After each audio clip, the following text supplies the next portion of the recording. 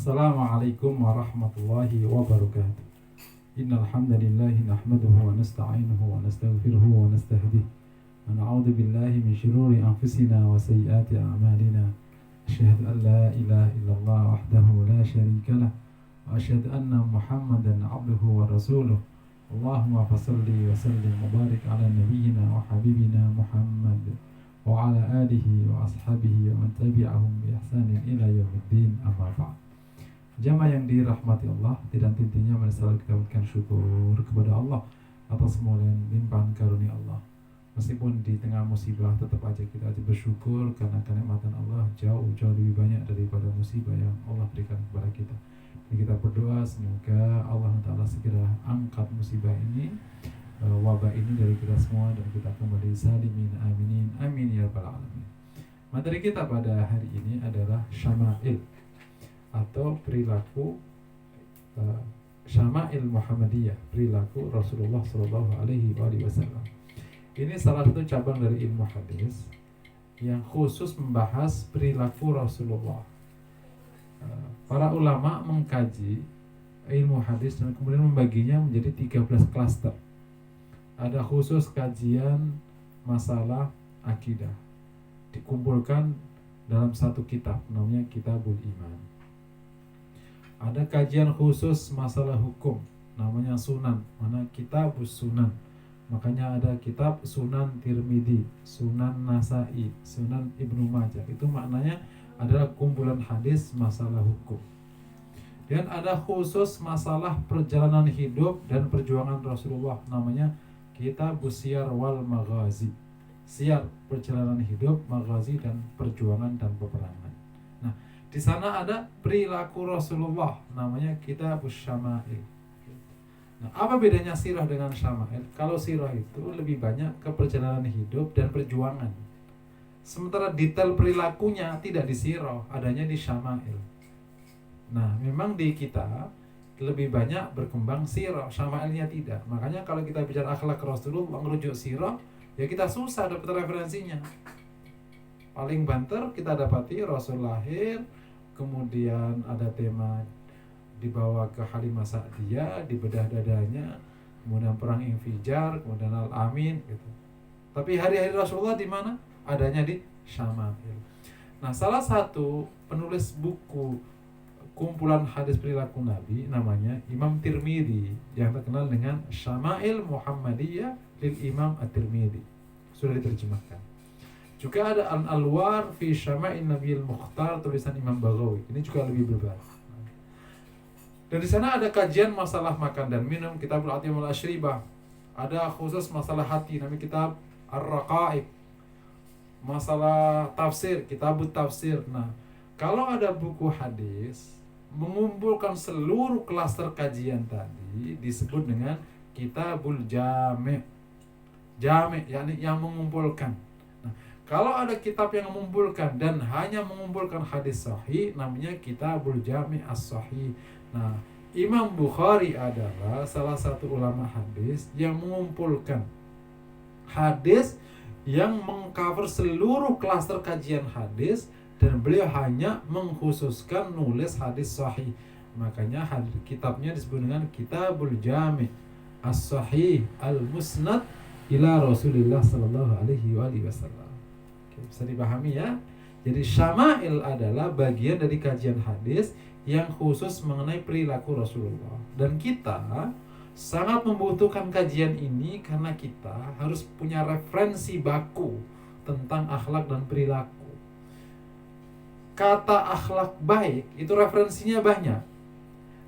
Baik menurut orang Jawa, baik menurut orang Sunda, baik menurut orang Batak, baik menurut orang Arab. Seperti apa akhlak baik itu? Nah, Allah mengutus Rasulullah untuk mengimplementasikan akhlak baik ini, dan akhirnya kita dengan mudah mencontohnya. Laqad kana lakum fi Rasulillahi uswatun hasanah liman kana yarjullaha wal yawmal akhir. Yang artinya, sungguh ada pada diri Rasulullah untuk kalian sebuah teladan yang baik bagi yang mengharap Allah, mengharap hari akhir, dan banyak berzikir kepada Allah Subhanahu wa taala. Kembali kepada Syama'il. Nah, kita akan mengkaji Syama'il dan referensi utamanya adalah Syama'il Muhammadiyah tulisan Imam Tirmidzi dan Al-Anwar fi Syama'il Nabiul Mukhtar tulisan Imam Baghawi. Tapi insya Allah ke depan saya akan lebih banyak menggunakan Syama'il Imam Baghawi karena lebih luas dan sudah ada catatan sahih dan tidaknya oleh beberapa pentahqiq yang datang belakangan, sehingga insya Allah kita dengan mudah mengenali hadis ini sahih atau tidak. Tapi secara umum hadis yang dibawakan oleh Imam Baghawi hampir semuanya sahih. Kita kembali, apa itu Syama'il? Syama'il adalah sifat Rasulullah Shallallahu Alaihi Wasallam, baik sifat yang terkait dengan laku atau sifat yang terkait dengan fisik. Makanya kalau kita menengok definisi hadis dari ahlul hadis, kita akan dapati definisinya lebih detail daripada definisi hadis oleh orang usul fikih atau orang fikih. Hadis menurut ulama ahli hadis adalah ma udhifa ila nabi sallallahu alaihi wasallam min qaulin aw fi'lin aw taqririn aw sifatin khuluqan aw khalqan aw khuluqan, yang artinya hadis adalah apa yang dinisbatkan kepada Rasulullah, baik perbuatan, perkataan, ketetapan, atau sifat, baik yang bersifat fisik atau sifat laku, sifat perilaku. Nah, jadi sifat ini bagian dari hadis yang wajib kita contoh karena ada ketetapan kita mencontoh Rasulullah. Tadi, laqad kana lakum fi Rasulillahi uswatun hasanah. Nah, para sahabat yang hidup bersama Rasulullah, menyaksikan Rasulullah, terutama keluarga dekatnya, menyaksikan Rasulullah hari-hari. Maka ia menceritakan tentang Rasulullah SAW gimana hari-hari. Dan bagi kita ini luar biasa pentingnya, karena kita dengan mudah mengenali Rasulullah dan dengan mudah insya Allah mempraktikkan akhlak Rasulullah. Itulah bab menteladani Rasulullah. Lain kalau kita selalu ada di tema umum, akhlak Rasul mulia, akhlak Rasul mulia. Pertanyaannya, mulianya seperti apa? Akhlak Rasul mulia, ia lembut. Lembutnya seperti apa? Nah, kita akan dapati dari kajian Syama'il ini, lembutnya seperti apa, mulianya seperti apa, ketika bersama keluarganya seperti apa, ketika bersama sahabatnya seperti apa. Itu laki-laki sebagai seorang sebagai umat ya Rasulullah yang datang belakangan, hanya bisa mendengar dan membaca Syama'ilnya dan belum berkesempatan untuk menyaksikannya. Ya, semoga Allah Ta'ala mudahkan kita untuk mencontoh. Saya terkadang berandai-andai, seandainya kita dikasih kemudahan oleh Allah mencontoh 1% saja dari akhlak Rasulullah, itu sudah merupakan karunia besar yang Allah berikan kepada kita, karena saking agungnya dan mulianya baginda Nabi Sallallahu Alaihi Wasallam. Oke, kalau kita sudah tahu definisi hadis, nah Syama'il itu letaknya ada di sifat Rasulullah, ya, baik sifat yang terkait dengan fisik atau sifat yang terkait dengan akhlak. Cuman khusus sifat fisiknya kita tidak diminta untuk mencontohnya. Karena apa? Karena di luar kemampuan manusia untuk melakukannya. Makanya nanti kalau kita kembali kepada masalah fikih, kita itu diperintahkan oleh Allah mengerjakan apa-apa yang memang kita punya ruang untuk melakukannya. Tapi kalau kita nggak punya ruang melakukannya karena itu bukan wilayah kita, maka pasti tidak ada perintah. La yukallifullahu nafsan illa wus'aha. Contoh warna kulit. Di dalam Syama'il Nabi didapati, kita ketemu hadis Rasulullah itu kulitnya putih kemerahan. Nah, kalau kedapatan dengan takdir Allah kita ini kulitnya tidak putih kemerahan, kulitnya kuning, kulitnya coklat atau yang lain, kita tidak diminta untuk memutih-mutihkan karena bukan merupakan wilayah yang kita mampu untuk melakukannya. Karena ini bukan wilayah di mana kita dikasih ruang untuk ikhtiar. Bahkan kalau merubahnya bisa jadi perkara. Merubah hidung, merubah mata, merubah telinga, naudzubillah min dzalik. Tapi kalau ruang yang di mana kita dikasih kesempatan untuk melakukannya, namanya fihi khiyar wal ikhtiar, maka taklif akan berjalan. Makanya yang akan kita contoh adalah syama'il Nabi yang khuluqan, yang bersifat akhlak. Nabi lembut, Nabi bersuara rendah, Nabi dekat sama anak kecil, Nabi diam saat keluarganya cemburu, Nabi bangun malam, Nabi berwudu dengan air yang sangat sedikit, tata cara wudu, tata cara mandi, dan seterusnya. Itu nanti kita akan dapati penjelasannya detail sekali. Jamaah yang dirahmati Allah Subhanahu wa taala. Sebelum jauh, karena ini adalah kajian perdana Syama'il, saya akan fokus bagaimana akhlak Rasulullah itu. Kemudian gimana kita bisa mencontohnya. Dan kemudian bagaimana kita mengimplementasikan pada kehidupan kita sehari-hari. Ya, kita sudah tahu Syama'il Rasulullah tadi seperti itu, yakni sifat yang terkait dengan fisik atau laku.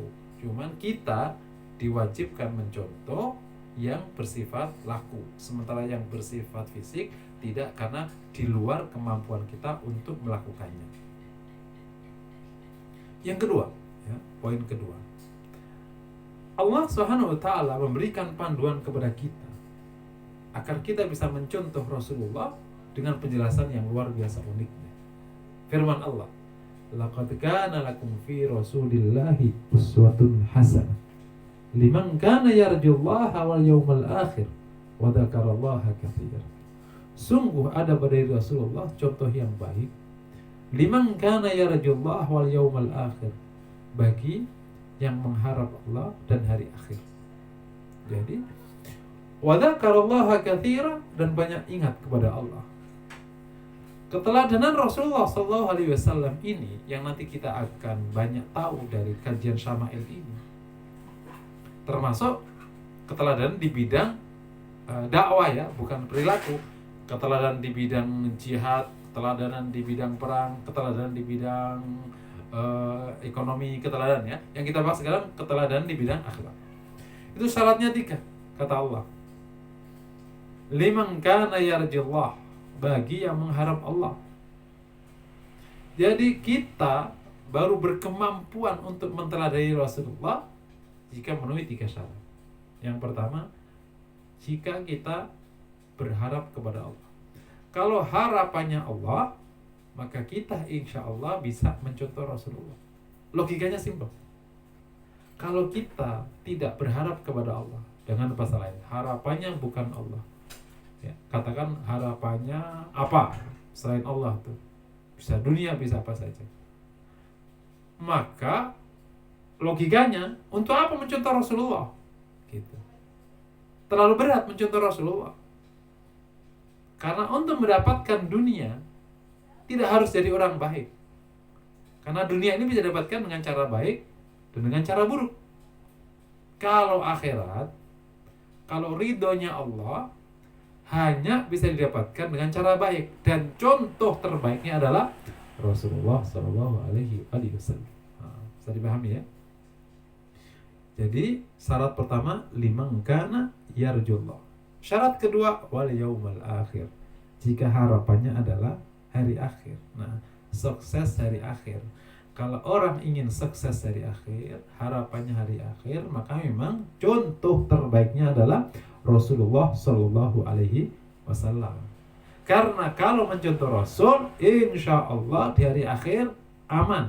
Karena beliau adalah Rasul Allah, diminta oleh Allah untuk menjelaskan risalahnya, termasuk bagaimana selamat dari akhir. Kalau kita mencontoh Rasulullah, ya insya Allah berarti kita ikut aman seperti Rasulullah Shallallahu Alaihi Wasallam. Lain kalau harapannya bukan hari akhir, katakan lagi-lagi seperti di poin pertama, dunia, maka mencontoh Rasul terlalu berat.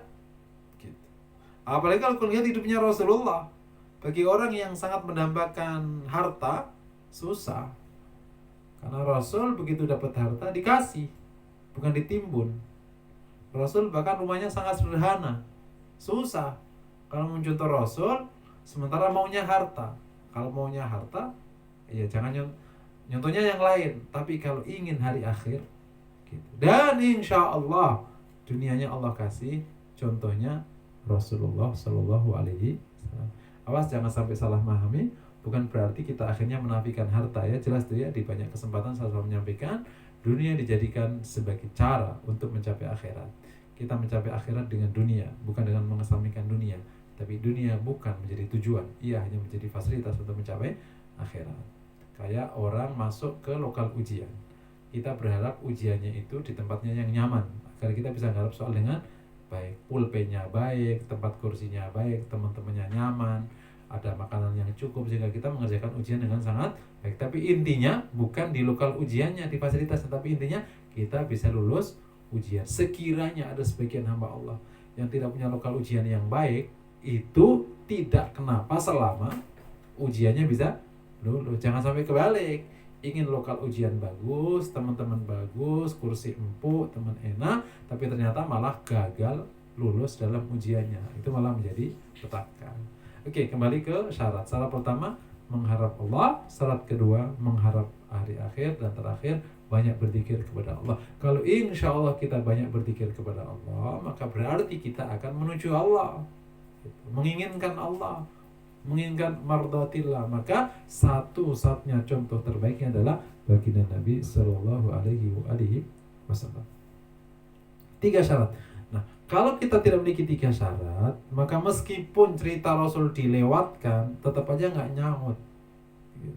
Ini adalah 3 syarat utama. Selebihnya berarti setelah kita punya 3 syarat utama yang membuat kita akhirnya terprovokasi ya, tertarik untuk mencontoh Rasulullah, tiba saatnya ilmu tentang Rasulullah harus hadir.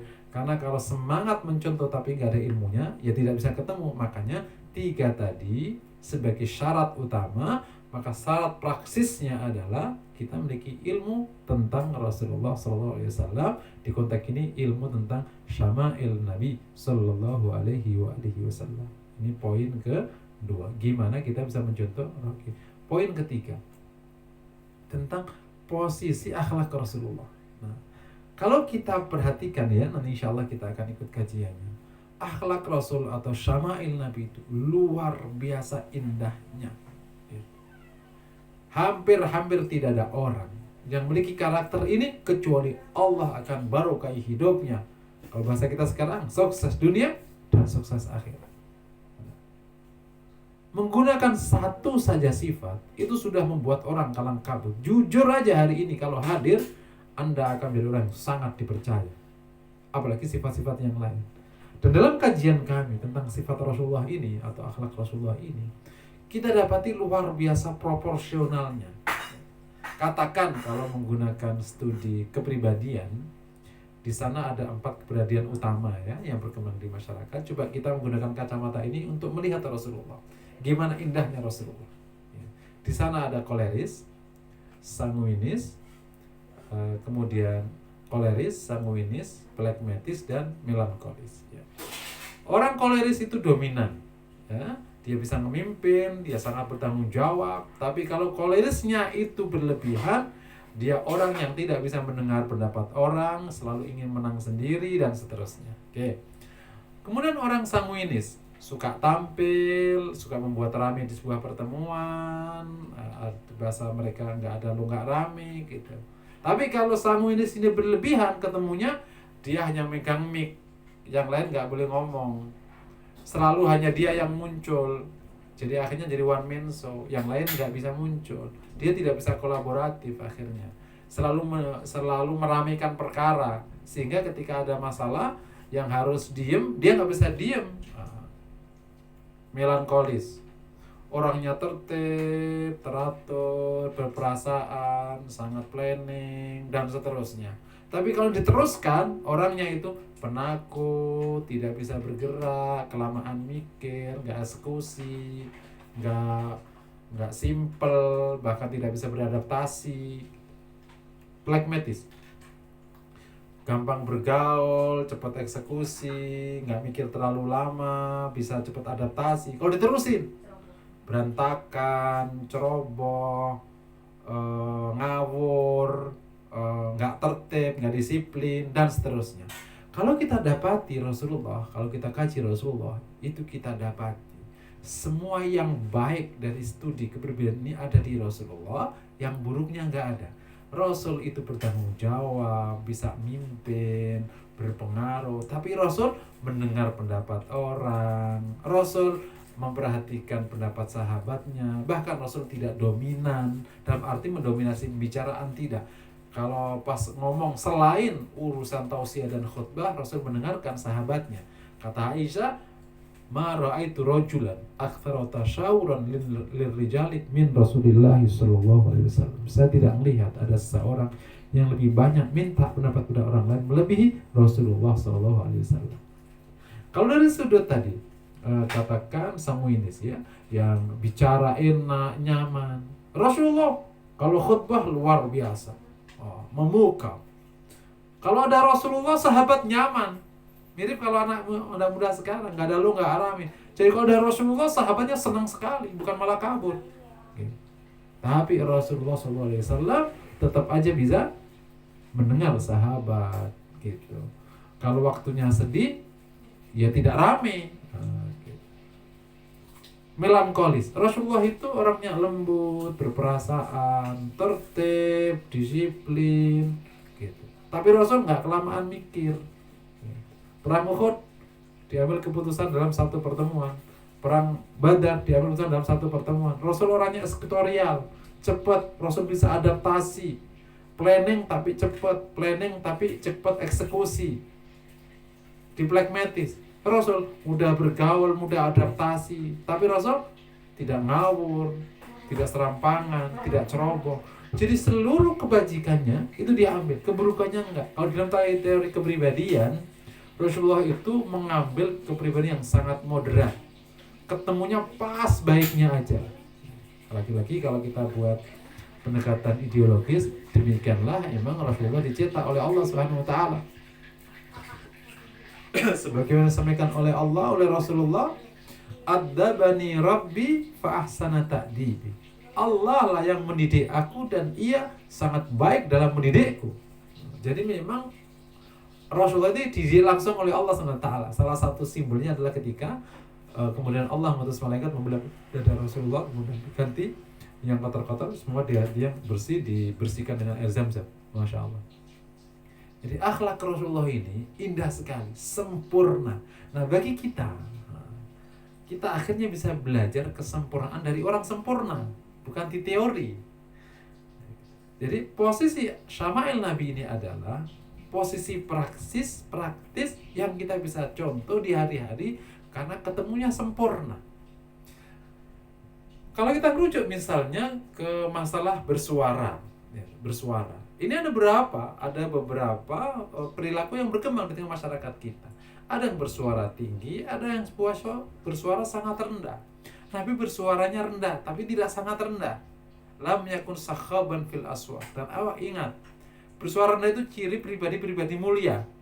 Gitu. Semakin tinggi suaranya, semakin tidak mulia. Kata Anas, lam yakun sakhaban fil aswaq. Nabi tidak berteriak di pasar. Di pasar aja tidak berteriak, apalagi tidak di pasar. Jadi poin ketiga tentang posisi akhlak Rasulullah ini adalah sebagai gambaran konkret tentang bagaimana kita bersikap. Nah, bagi kita yang di belakangan ini yang tidak mendapati Rasulullah, Syama'il sangat membantu. Salah satu kelebihan Syama'il ini adalah ia bercerita hari-hari.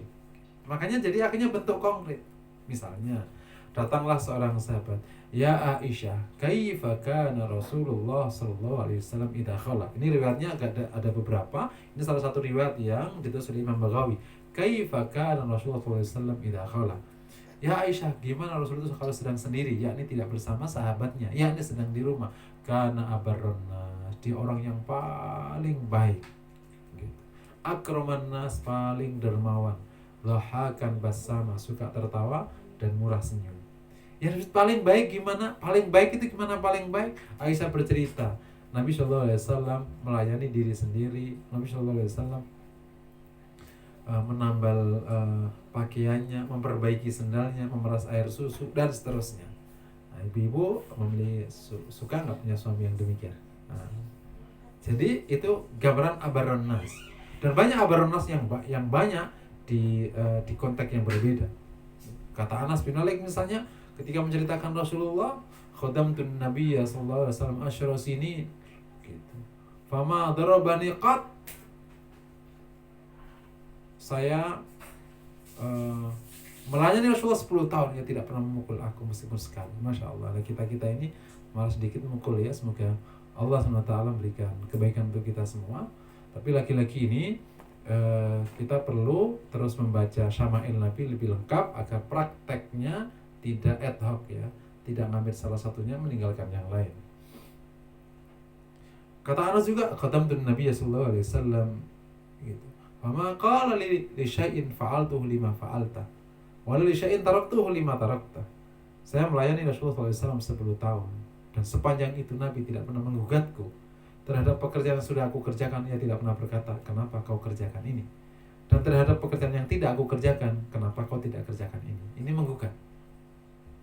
Rasul tidak menggugat pekerjaan Anas, membiarkan Anas mengambil keputusan pekerjaannya sendiri, dan Rasul menerimanya gitu. Bahkan di salah satu kesempatan Anas mengatakan, laisa kullu amrin kama yashtahi sahibi. Tidak semua perkara seperti yang diinginkan oleh sahabatku, yakni oleh Rasulullah SAW. Jadi di rumah itu ya terkadang seperti yang diinginkan, terkadang tidak seperti yang diinginkan. Rasulullah SAW fine-fine aja. Jadi posisi Syama'il adalah menjadi contoh konkret dari nama akhlak yang mulia dari baginda Nabi Sallallahu Alaihi Wasallam. Sekaligus memberikan kesempatan kepada kita untuk bisa mengimplementasikan karena ceritanya hari-hari. Dan insya Allah akan dengan mudah kita contoh, karena cerita Rasulullah itu memang menampak di hati seorang mukmin. Karena orang mukmin ada mahabbahnya ke Rasulullah. Begitu disebut Rasulullah, Muhammad Rasulullah, maka otomatis hati mukmin terperangah. Dan ketika ceritakan kisahnya hari-harinya, insya Allah langsung masuk di hati. Dan kalau masuk ke hati, insya Allah langsung bisa kita teladani sedikit demi sedikit demi sedikit.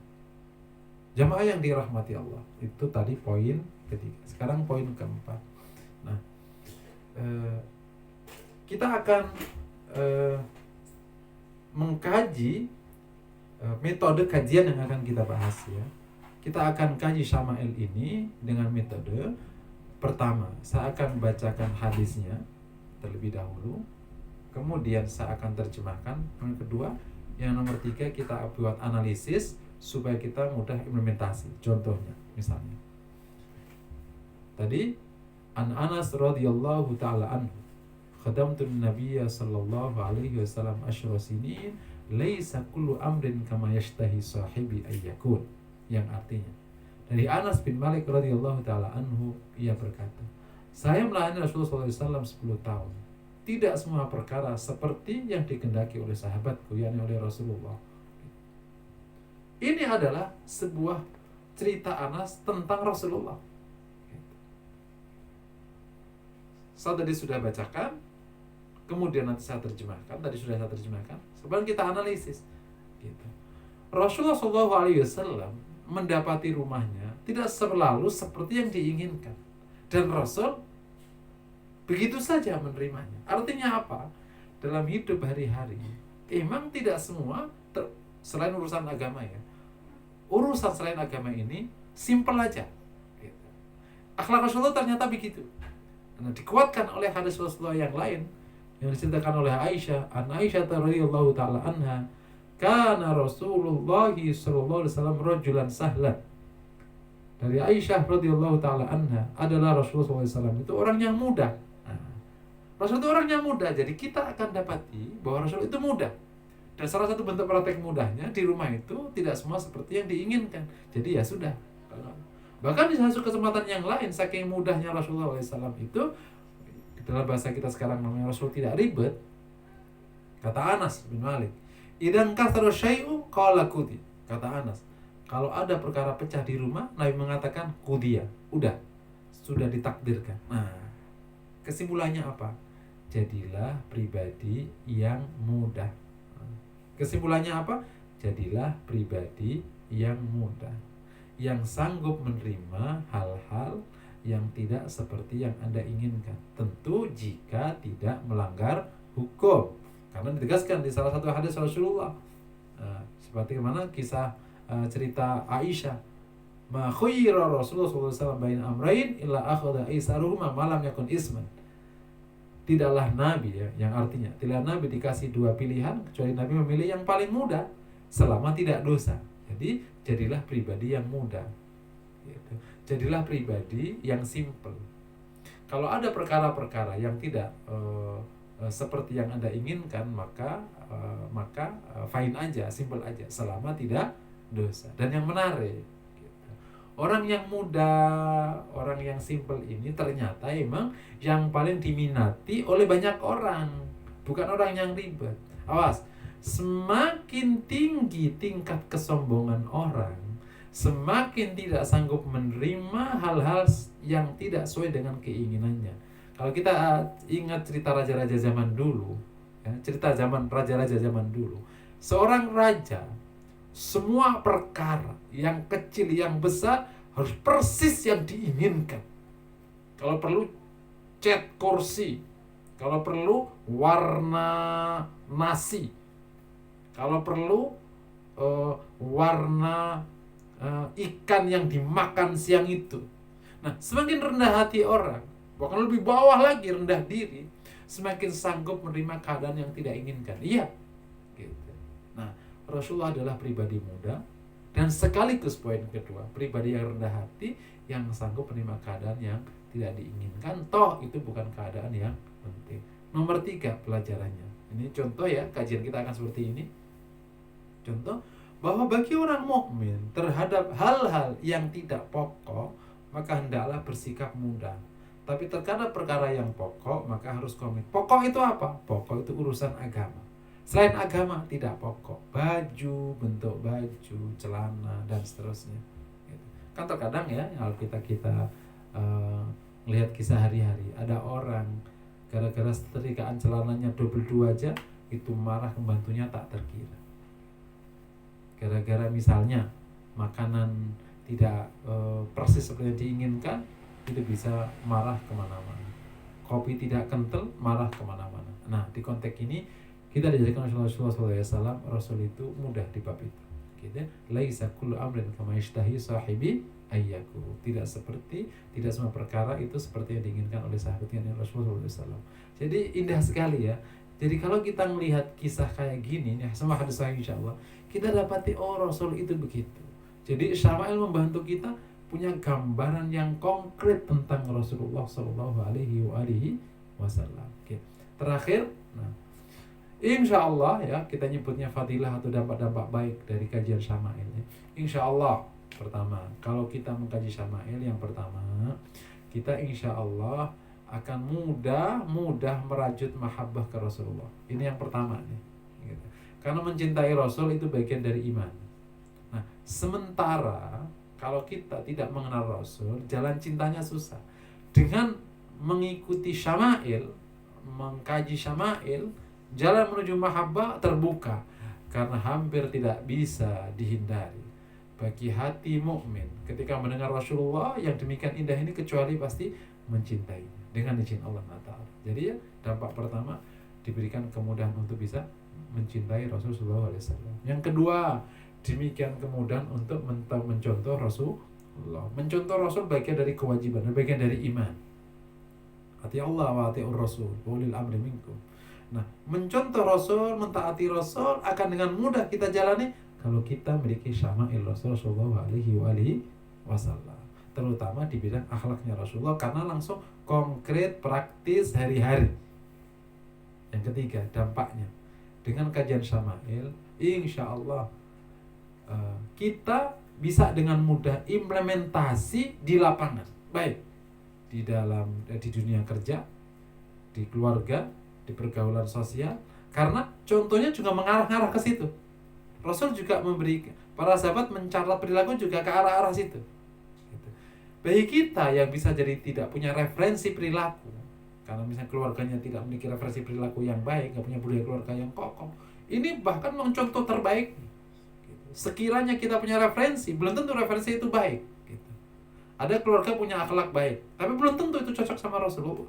Apalagi yang tidak punya referensi perilaku, yakni keluarga yang tidak punya budaya keluarga misalnya, dan tidak di sekolah karakter, tidak punya guru yang bisa dicontoh, nggak punya orang tua yang bisa dicontoh. Contohnya siapa? Rasulullah Shallallahu Alaihi Wasallam. Yang ulangi lagi, bagi yang tidak punya ini pas, bagi yang punya juga ini pas, karena Rasulullah adalah contoh terbaik. Oleh karena itu, bagi yang sudah punya referensi perilaku, ayo membuka hati, nyontohnya ke Rasulullah Shallallahu Alaihi Wasallam. Tadi ya, misalnya tadi, enggak, misalnya ada orang yang detail tadi, wah ya kalau makanan nggak cocok ya harus kita marah. Ya kalau nggak marahin nanti pembantunya ngawur. Oh tidak, Rasul tidak begitu. Kita ngikut Rasulullah Alaihi Wasallam. Karena dalam kajian kami seluruh pilihan Nabi, termasuk yang sederhana itu ternyata pilihan terbaik dari setiap pilihan perilaku. Saya berikan contoh kecil. Rasulullah SAW itu punya beberapa cara menegur orang. Ada yang langsung, ada yang tidak langsung, ada yang pakai lewat orang, gitu. Dan ini adalah salah satu metode menegur orang. Gitu. Kan bagi sebagian kelompok masyarakat, menegur itu harus pakai orang lain, tidak langsung. Karena langsung nggak sanggup terus terang. Sementara di budaya yang lain itu malah menurut dia harus langsung. Oh enggak, Rasul ternyata memiliki beberapa pilihan perilaku. Nah kita bisa contoh, cocoknya langsung atau nggak langsung. Jadi poin ketiga tadi dampaknya kita insya Allah bisa praktek langsung, karena emang contohnya hari-hari yang terakhir. Dengan mengkaji Syama'il, sungguhnya kita telah mengkaji hadis Rasulullah SAW, termasuk ilmu yang wajib kita kaji. Ini sudah menjadi kebaikan tersendiri, pahalanya besar. Setelah Quran kita wajib mengkaji hadis. Tentu kajian tauhid macam-macam itu kan konklusi dari Quran atau struktural dari menstrukturkan ilmu yang ada di Quran dan Sunnah dalam bentuk ilmu. Dan khusus ilmu Syama'il ini kan langsung mengkaji hadis Rasulullah SAW, dan itu fadilahnya besar sekali. Bahkan termasuk di dalam perintah la tuqaddimu baina yadayil rasul, jangan melayani Allah dan Rasulnya, termasuk la tarfa'u aswatakum fawqa sautin nabi, jangan meninggikan suaramu atas Allah dan Rasulnya, jangan meninggikan suaramu atas suara Rasulullah. Makanya kalau Syama'il dibacakan, semua kita wajib mendengarkan, dan ini fadilahnya besar sekali. Semoga juga menjadi bagian dari cara kita untuk mendapat syafaat Rasulullah SAW. Jemaah yang dirahmati Allah, poin pertama kita sudah tahu definisinya Syama'il itu apa. Poin kedua, gimana kita mencontoh Rasulullah. Poin keempat, posisi Syama'il ada di mana. Yang terakhir, dampak dari Syama'il. Kajian perdana tentang pengantar Syama'il Nabi kami cukupkan sampai di sini. Kami ulangi lagi, betapa indahnya perilaku Nabi, dan betapa bersyukurnya kita memiliki contoh semulia Rasulullah SAW. Kita tidak perlu cari kemana-mana, dan adanya di depan kita di kitab Syama'il Nabi. Kami ulangi lagi, referensinya Syama'il Imam Baghawi. Buku aslinya Al-Anwar fi Syama'il Nabi Al-Mukhtar, tulisan Imam Baghawi. Tapi Anda juga bisa menggunakan buku Syama'il Muhammadiyah, tulisan Imam Tirmidzi. Khusus punya Imam Tirmidzi sudah diterjemahkan. Demikian yang dapat saya sampaikan. Semoga menginspirasi kita. Wassalamualaikum warahmatullahi wabarakatuh.